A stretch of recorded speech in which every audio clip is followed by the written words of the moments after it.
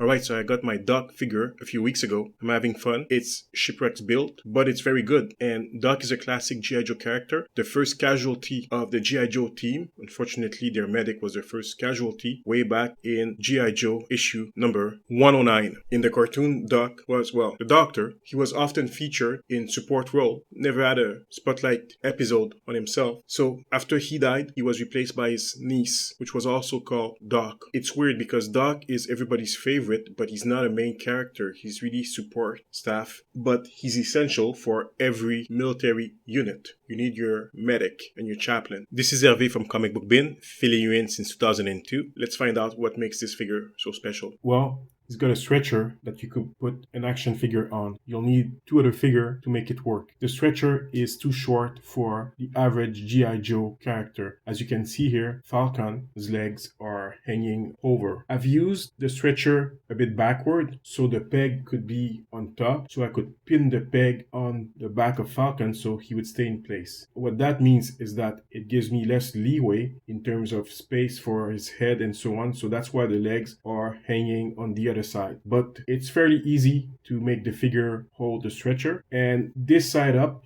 the stretcher does not fold. If you put it the other way, it will fold unless you put some kind of metal pin to hold it in place. But that's the main feature of this character. It's the stretcher and the fact that he can medevac another character. It's a cool feature. I like it. In terms of likeness, Doc looks like several other versions of his character seen in the comic and even the cartoon. But because it's classified, it's been updated and modernized. You can expect a retro Doc to show up fairly soon with the same gear, the same colors, probably a bit brighter, but maybe without the body gear. He's got the same body gear pack that came with the Action Infantry Soldier, the same thing exactly, with several packs that you can pin on him like that. If you want to put the stretcher on his back, you'll be missing a spot for one of them. So there are more packs, there are more things that you can peg on the character than there are place for him to peg these things. That might be an issue unless you decide the stretcher will just remain open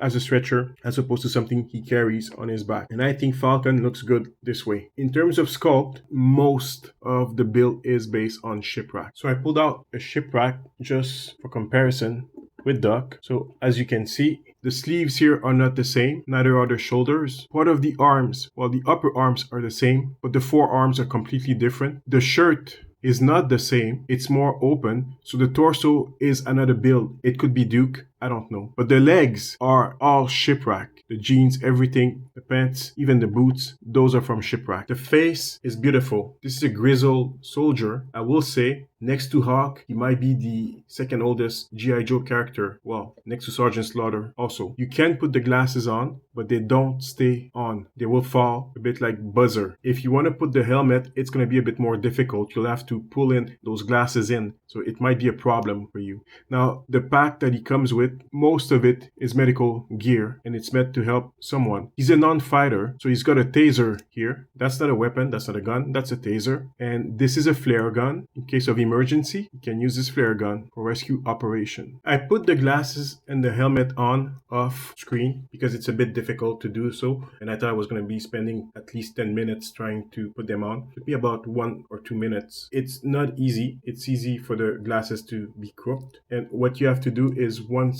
you put the helmet on, which is already not easy, you need to push in each side one after the other so that you can slide in the frames one after the other. Not easy, but is this the Doc that you always wanted? Yeah, that's Doc. He looks like his original self. The face, like I mentioned, is very stern, and the body, I think he's probably reusing some of Duke's parts, just like the old action figure, but I can't tell exactly right now. In my case, I put the flare gun on his back here because there was no other place where it wouldn't be cumbersome and getting somewhere, so that's why the flare gun is on his back. It's not as if he's going to be using it right away. You can see the cool feature of the pills on his helmet. That's very cool. It's a very cool feature. There's little paint application on this figure. It's mostly base plastic with a few highlights with the bottles, some of the signs on his belt, on his gear pack, so it's minimal. In terms of scale, well, he scales well with the other G.I. Joe classified figures. This is not the real Falcon. This is a modified Falcon. By the way, is also a medic to some extent. So yeah, they all look good together. I'm using a Winter Soldier head for Falcon, by the way. Doc is stable, but not the most.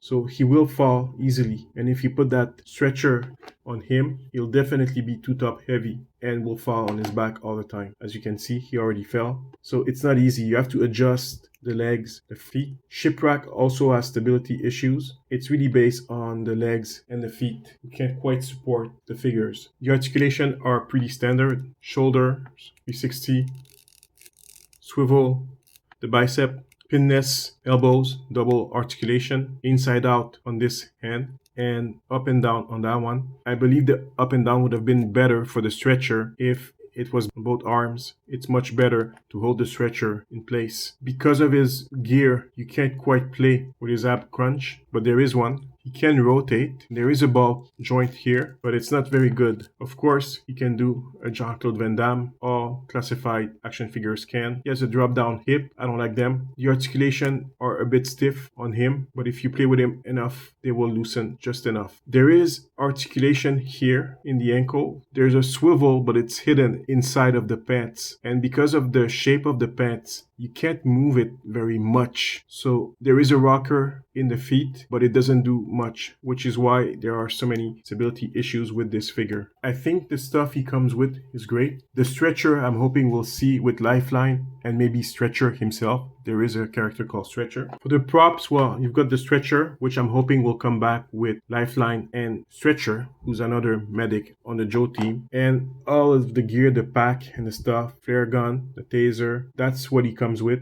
That's good stuff. That's a good loadout. The packaging was that new Hasbro packaging. I threw it in the garbage already. I don't care about packaging. The cost, it's not an enhanced cost, so it's a regular action figure price. So Doc was released a few weeks ago. You'll be able to find him everywhere still. I think he might become a peg warmer eventually. I've seen so many at my local GameStop. There's like 4 of them. I'm not sure why. They never have 4 of the same character. They usually have 1 or 2 maximum. They've got 4 Docs. I don't know why they didn't get some of the other characters in the wave. So I don't think finding Doc will be a problem for now. You can probably get it at most stores. GameStop, Toys R Us if you're Canadian, Target, Walmart, online, and Hasbro Pulse, of course. I hope you like this figure. I think Doc is a great addition to the G.I Joe team. He's their first medic, well, the second after Stalker, since he was also a medic, but probably not to the same extent. So this is Hervé from Comic Book Bin, filling you in since 2002. Like and subscribe.